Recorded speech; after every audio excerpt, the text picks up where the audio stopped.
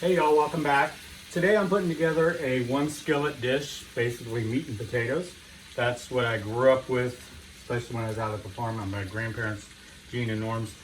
Grandpa always had me have meat and potatoes every day. There had to be some kind of steak, roast beef, pork, something, meat and potatoes for him.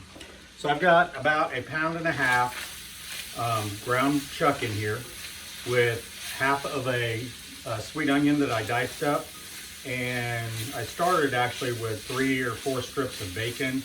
I just cut those into small strips, lardons, and put that in here. I've got it pretty well browned off.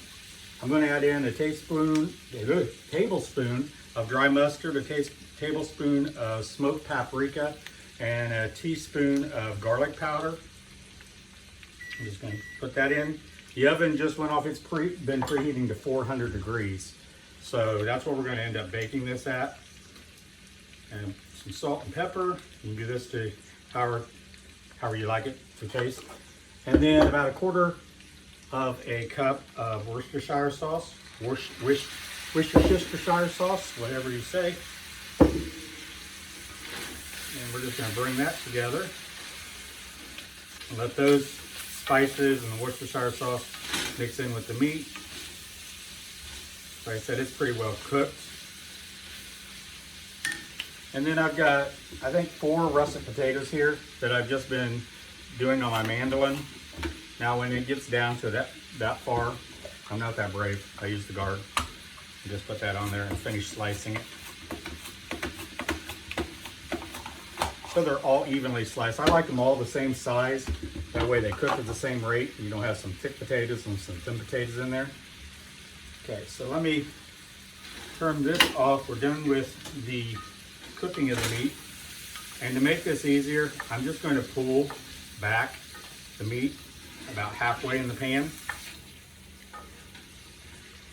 And there is a little bit of oil in there from the bacon and the ground chuck.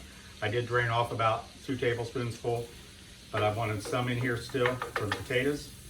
It gives it flavor. So I'm just going to take these potatoes, I'm going to put a layer down here in the bottom.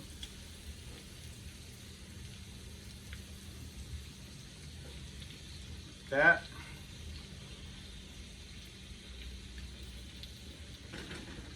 And then I've got about 1.5 cups of grated cheddar.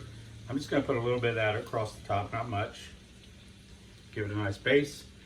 And then I'm going to pull all this ground chuck mixture over the potatoes that we just laid out in there.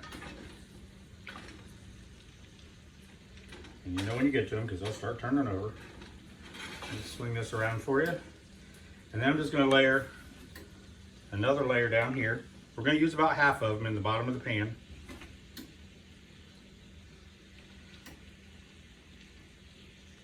Okay.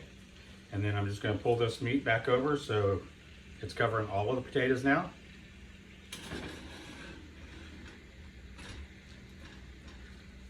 Go. Try to get it as evenly as you can. And then I'm just going to finish by putting the rest of these potatoes right on top. This is just going to be a quick, easy dish. If you don't have a large skillet like this, you can do the meat first and then do this in like a 9x13 baking dish. I just like the one pot, one bowl, one everything, so I don't have a lot to clean. Okay, so I'm laying these down there, nice and covered. Push it down.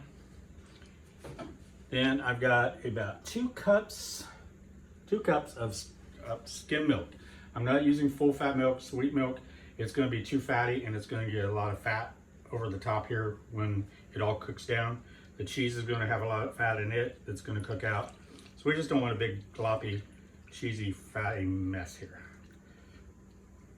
And then I'm going to finish the top with a little salt and pepper on those potatoes.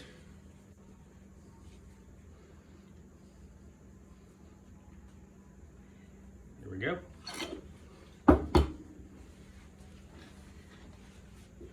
And then finish it off with the cheese. And I'm going to bake this about 45 to 50 minutes. I'm going to check it about 40 minutes. check, see if the potatoes are tender yet. But sometimes, depending on your oven, everyone's cooks a little differently. It might take a little bit longer or a little bit less.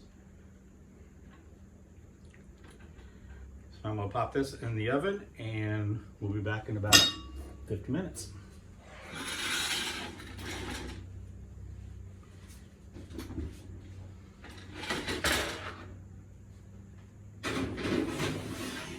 Okay, so the oven just went off. I had it set for 45 minutes. I checked it and the potatoes were still needed a little bit longer. So I added another 5 minutes to it. The potatoes seem done now. So get all the heat out of there. There we go. Our skillet potatoes and ground chuck.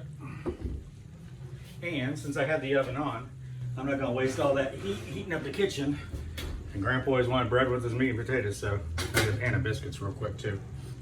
So let me get this over here. Give this a little taste. Now you can change this up if you want. You can use different kinds of cheeses in here. I just used cheddar and a Monterey Jack that I had. It's a mix already, so I use that. If you're gonna use a less fat cheese like Parmesan, something like that, you might want to add a little bit of butter because that's not going to have a lot of fat in it. So let me give this a try. Ooh.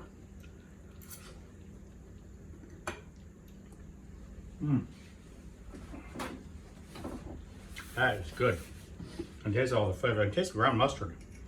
That tastes really good in there. It's very hot. The cheese is all nice and crispy on top and golden. This is going to be good with these biscuits. All right, so give this one a try. As you can see, it's so easy to put together, all in one pan. If you don't have that, you can just brown off the beef and the bacon and the onions in a pan and then put it into a larger 9x13 baking dish if you don't have a large skillet or oven safe skillet to use, and you can do it just the same way in there. So give this one a try. Don't forget to smash the thumbs up like button and subscribe if you haven't already. Appreciate you guys joining me here in my kitchen and inviting me into your homes. And I'll talk to you again real soon. Bye-bye.